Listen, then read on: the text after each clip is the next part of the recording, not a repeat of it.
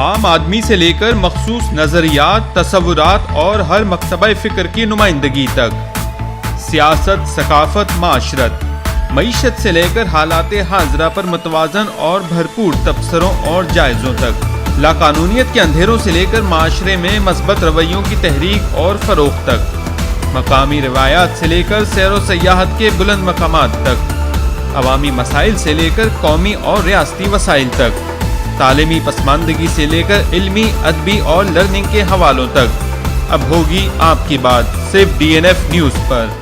بسم اللہ الرحمن الرحیم۔ روزنامہ نیل فیری کے digital platform D N F news سے نثار کینی آپ کو خوش آمدید کہتے ہیں۔ آج ہمارے اسٹوڈیو میں مہمان ہیں ارشاد محمود صاحب، مرکزی سیکرٹری اطلاعات ہیں آپ پاکستان تحریک انصاف آزاد کشمیر سے کے۔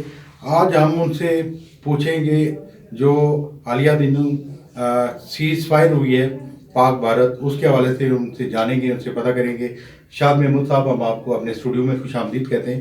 یہ بتائیے گا کہ جو D G M Os ceasefire کی ٹائمنگ اور پس منظر کے حوالے سے آپ اس کو کس نظر سے دیکھتے ہیں، آپ اس بارے میں کیا کہیں گے؟ بہت شکریہ، آپ نے مجھے مدعو کیا۔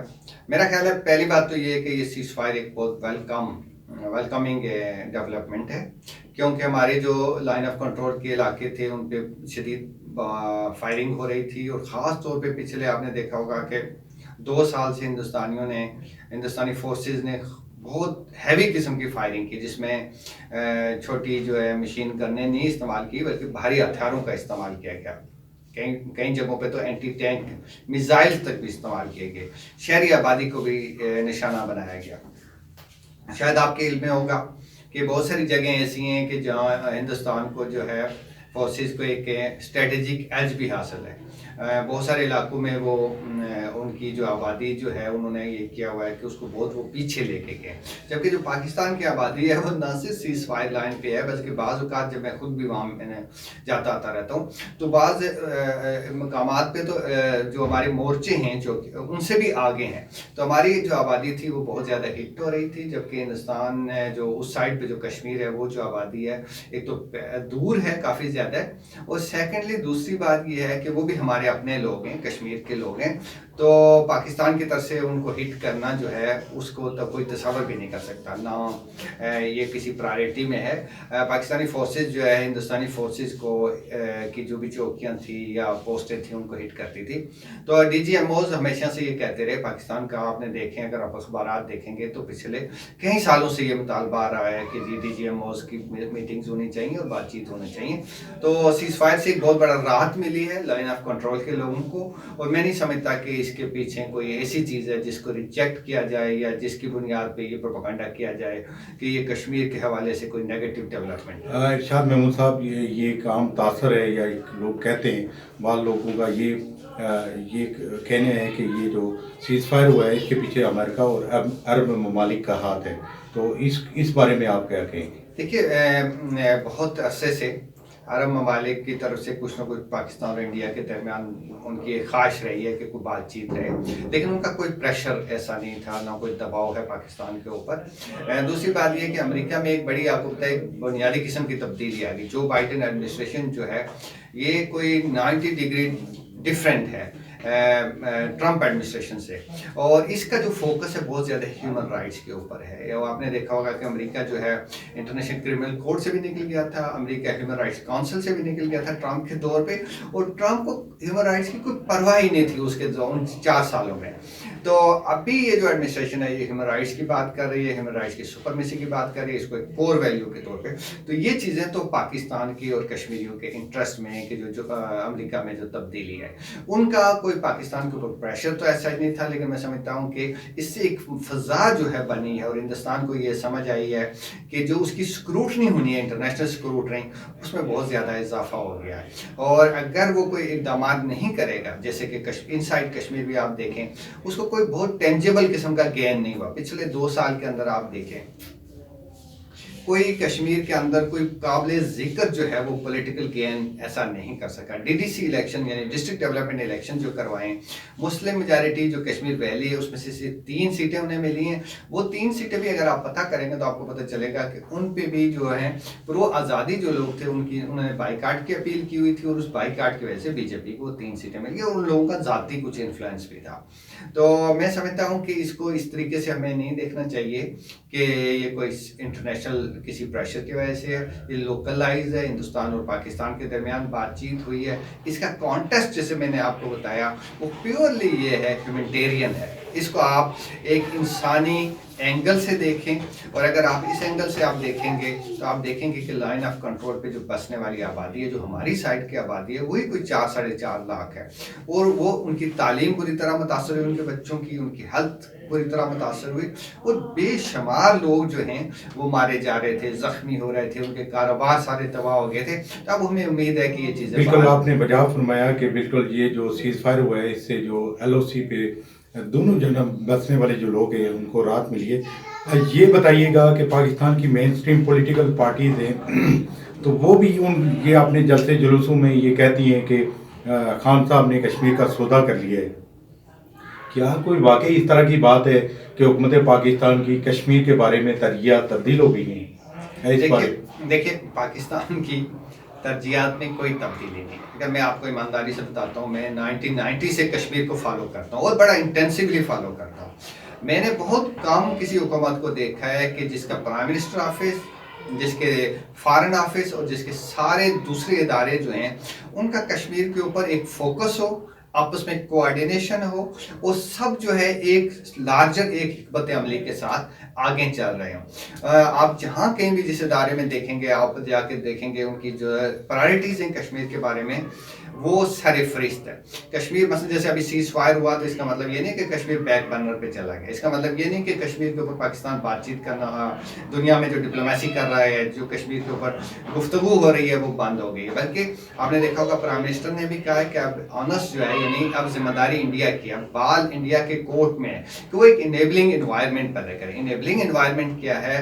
पाकिस्तान ये चाहता है कि कश्मीर में जो है अगर वो कोई स्टेट हुड बहाल करता है, वो जैसे 370 और 35 एक ही बात थी, तो उसके बाद जो है कन्वर्सेशन का वो एक स्टार्टिंग पॉइंट बन सकता है, वो एक बुनियाद बन सकता है। लेकिन वो ये नहीं है कि कोई एंड गेम नहीं है कि जी आपने कन्वर्सेशन शुरू कर दी, इंडिया के साथ बातचीत शुरू की तो वो कोई एंड गेम नहीं हो गया, बल्कि वो उसकी इब्तिदा है।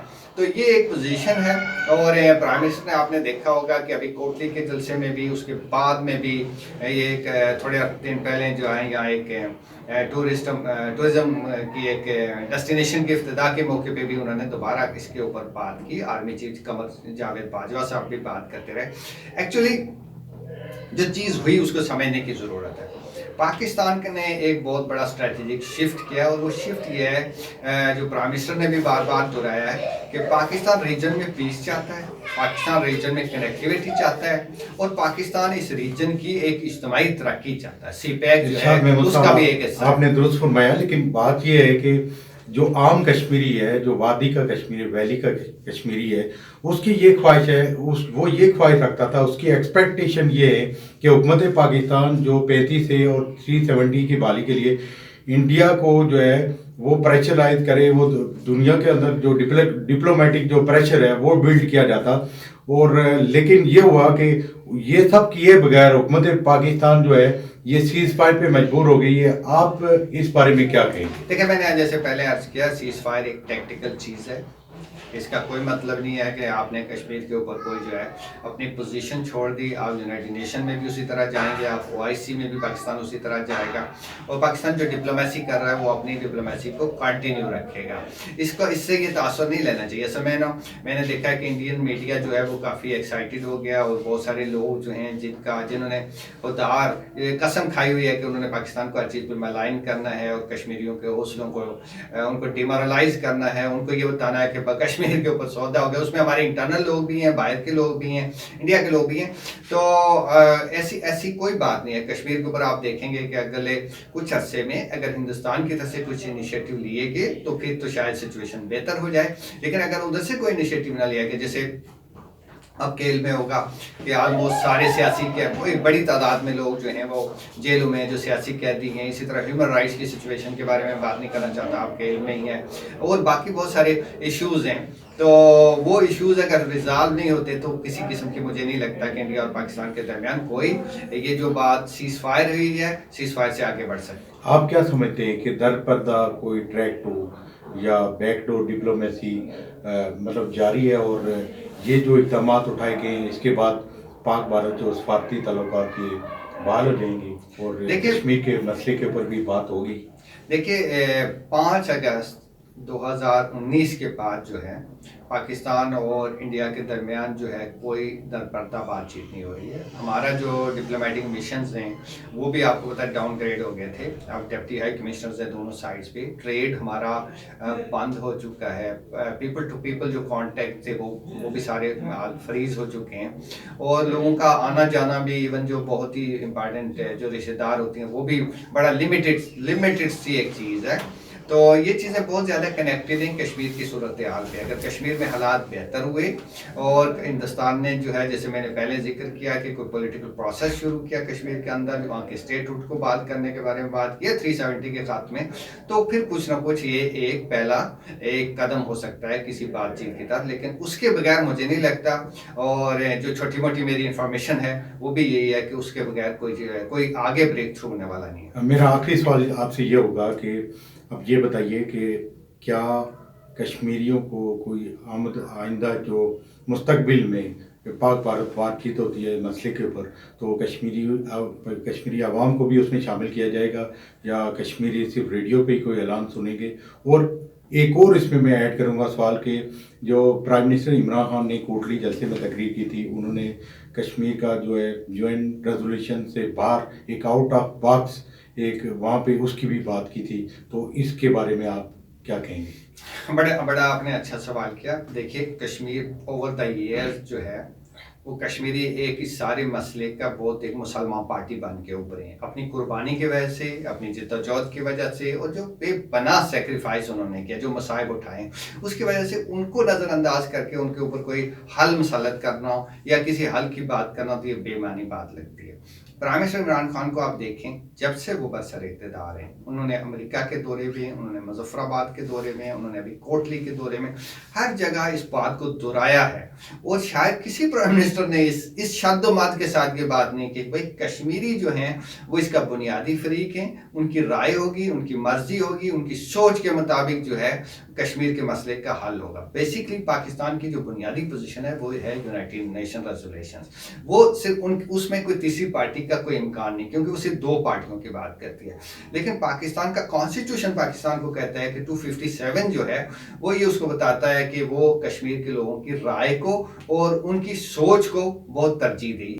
आपका बहुत बहुत शुक्रिया इरशाद महमूद साहब। यकीनन मसला कश्मीर का जो हल है उसका देरपा, दायमी और पुरअमन हाली पाक भारत ताल्लुकात और पाक भारत अवाम की तरक्की का बाइस बन सकता है। आपका बहुत बहुत शुक्रिया।